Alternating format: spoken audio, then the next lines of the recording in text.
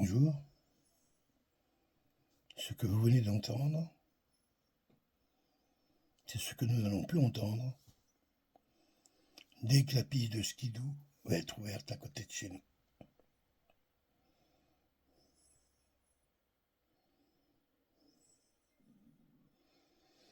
Et oui, ils viennent voler le silence ici.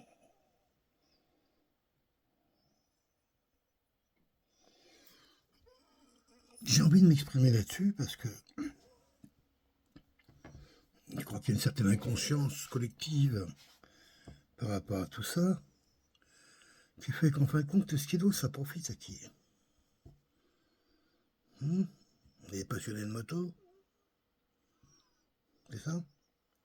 Donc on doit plier la nature pour des passionnés de moto qui, eux, vont faire profiter avec toujours les mêmes industries et l'industrie des moteurs. Moteurs de bateau, de moto, de skido, d'avion. Bref. C'est-à-dire qu'on plie la nature, on leur donne pour permettre à les moteurs de faire vroom vroom dans les endroits où la qualité première est le silence.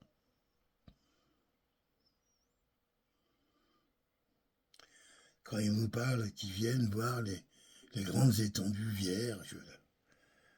Vierges de quoi?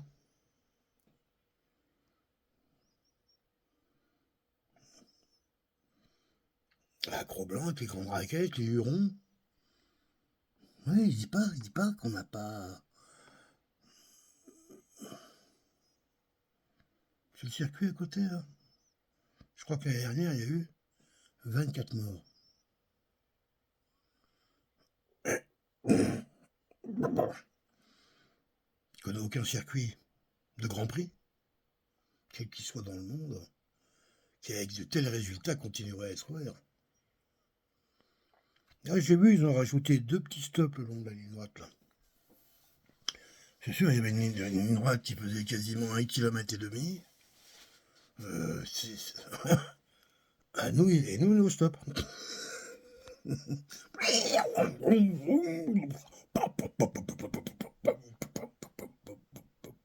Bonjour. Je comprends, même moi, ça me ferait plaisir de faire un tour. Ça peut être sympa. Plein milieu de la neige folle, au milieu des grands sapins, comme on peut les voir ici, là. Ouais, voilà, comme ici, chez nous, à la maison, là. Et va dire comme il y en a partout. Hein? Ça partout. Mais la qualité première de tout ça,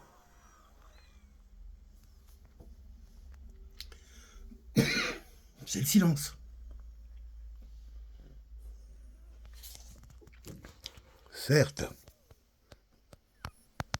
Là, ici, dans les villages, on a les machines qui viennent nettoyer nos routes de façon drôlement efficace. Ah, bravo, bravo, bravo. Mais quand même. Est-ce que j'ai le droit de dire ça? Ben oui. Le truc, c'est que ça pue.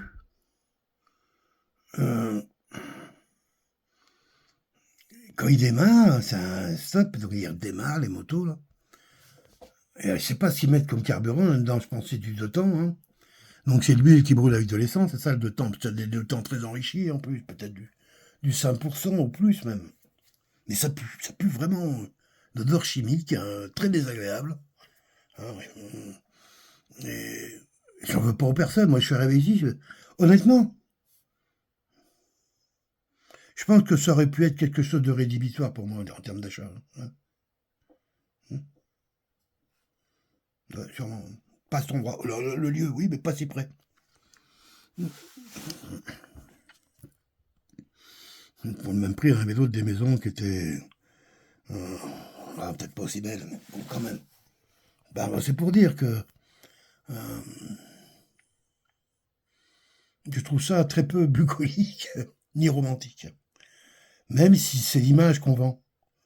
Ah, une image sportive, bucolique, romantique, on s'arrête, l'étape. Parce que ce qui compte aussi, c'est le voyage et l'étape. Ah, les étapes dans les hôtels à 250 balles la nuit, avec des bons restos, 2-3 bières, on dort. On ne boit pas parce que c'est pension conduit. Le road trip typique américain, on fait péter le moteur au milieu de la nature.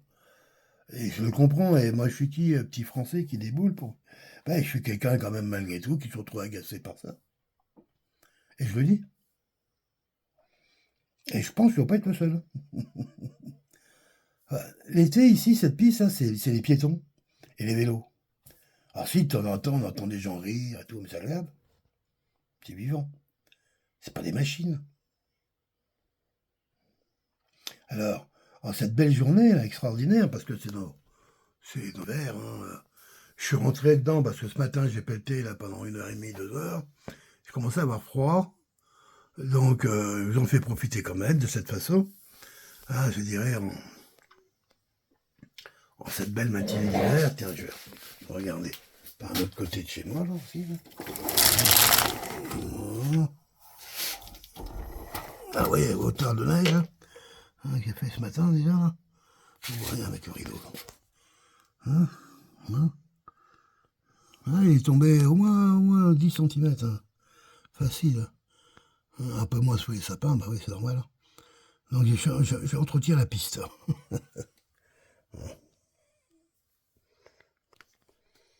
Ça me paraît fondamental. Après, une fois que le chemin est tracé, chaque fois qu'il y a une tempête comme ça, bah voilà, je sais que j'en ai pour 3 heures à repasser la piste, mais c'est tout. Et puis, quand tu as un grand terrain comme le mien, là, on a l'obligation, c'est clair, de s'organiser un peu, et pas de vouloir tout faire.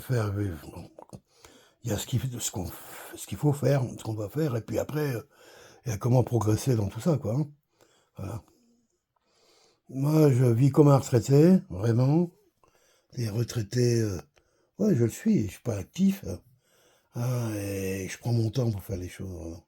Et j'ai tout ralenti. J'allais déjà pas très vite. Euh, j'ai bien ralenti. Et c'est la nature qui m'y prête.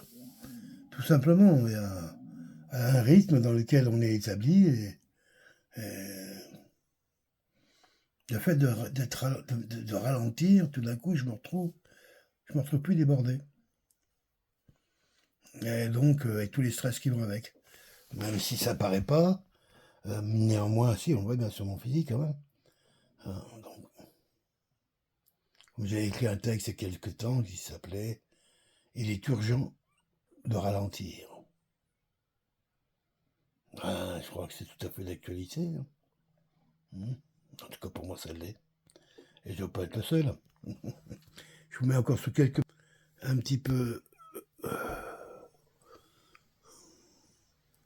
notre bel hiver québécois, des Hautes-Laurentides, je précise, c'est-à-dire où on habite nous. Alors en même temps, oui, voilà, je ferai sur une autre vidéo. Voilà, ouais. Allez, les amis, je vous souhaite, sur ces images, je vous souhaite une excellente journée. Bye bye, ou nuit, ou soirée.